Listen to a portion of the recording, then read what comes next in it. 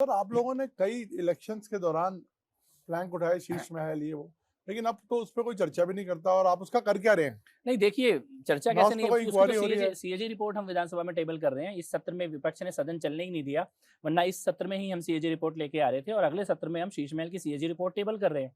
तो इंक्वायरी होने के बाद ही सीएजी रिपोर्ट है और सीएजी रिपोर्ट के बाद विजिलेंस सीएजी जांच रिपोर्ट की इंक्वायरी से की तो उसमें कर मतलब वित्तीय अनियमितताओं के ऊपर सीएजी रिपोर्ट आ चुकी है। अब इसमें जो क्रिमिनल कॉन्स्पिरेसी हुई, कौन लोग इस भ्रष्टाचार में शामिल थे, किन किन अफसरों ने, किन नेताओं ने जबरदस्ती ये 9-9 करोड़ के, 9.5 करोड़ के आपने टेंडर करा के ये 250-300 करोड़ रुपए का जो बिल्डिंग खड़ा किया है और वो अब विजिलेंस में आ जाएगा सीएजी रिपोर्ट टेबल होने के तुरंत बाद। मेरा ये मानना है कि जो व्यक्ति ये कहता था कि मैं एक कमरे के घर में रहूंगा, सीएजी बनाने, शीश महल बनाने की जरूरत क्यों पड़ गई उसको? ऐसी क्या आवश्यकता आ गई कि आपको एक शीश महल बनाना पड़ा? मुख्यमंत्री महोदय तो नहीं गई उसमें रहने के लिए, उन्होंने कहा मैं नहीं रह सकती इतने बड़े घर में। ये दिल्ली की जनता के पैसों का दुरुपयोग और है। वो तो कहते हैं आपने भी बड़ा शानदार घर बनाया। कैमरों के लिए खुला है पहले दिन, शीश महल में कोई कैमरा नहीं गया।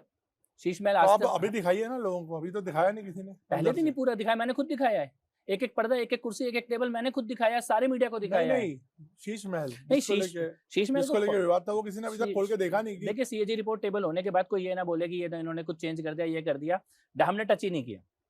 हम पूरा मीडिया को लेके जाएंगे, एक साथ दिखाएंगे, जिस दिन दिखाने का निर्णय लेंगे सीएजी रिपोर्ट ऑफिशियल एक बार टेबल हो जाए, सीएजी रिपोर्ट में जो लिखा है वो जनता के सामने आ जाए, ऑफिशियल दिखाएंगे। लेकिन मैं ये आपको बताना चाहता हूँ, जिस दिन शीश महल लोगों ने देख लिया, उस दिन अरविंद केजरीवाल को पंजाब में भी रहने की जगह नहीं मिलेगी।